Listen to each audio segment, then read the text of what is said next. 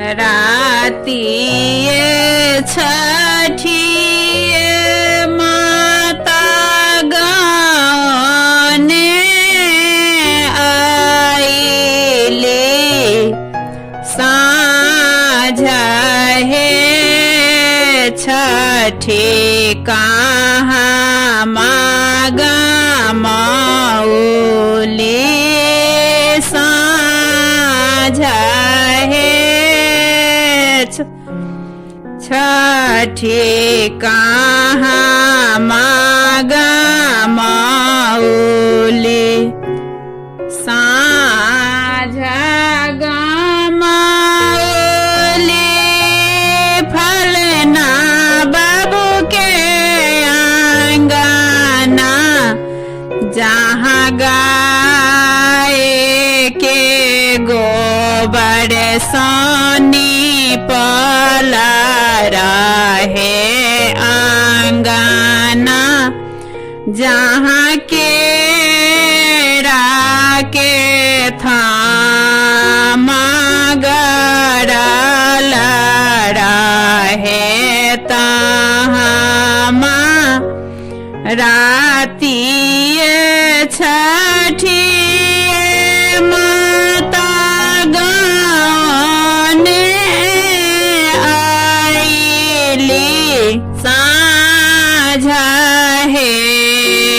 छठी कहाँ मागा मौली साँझ हे छठी कहाँ मागा मौली साँझ गमौली फलना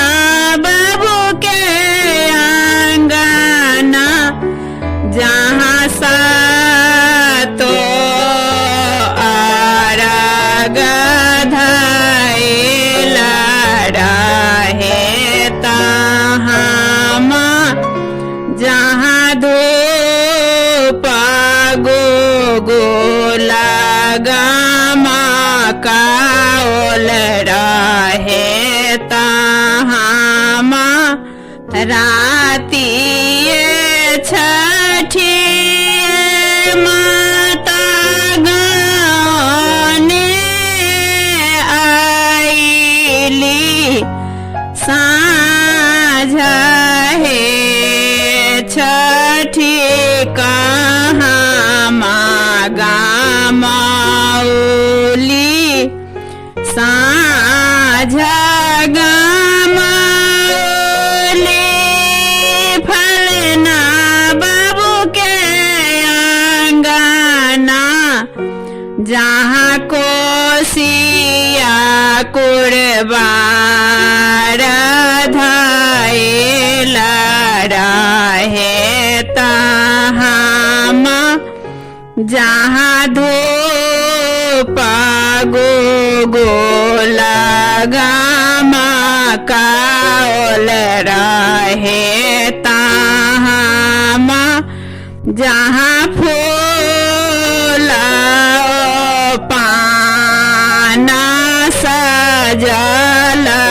रहे तहाँ राती छठी माता गाने आईली साँझ हे छठी कहाँ मागा मौली साँझ हे छठी कहाँ मागा मौली।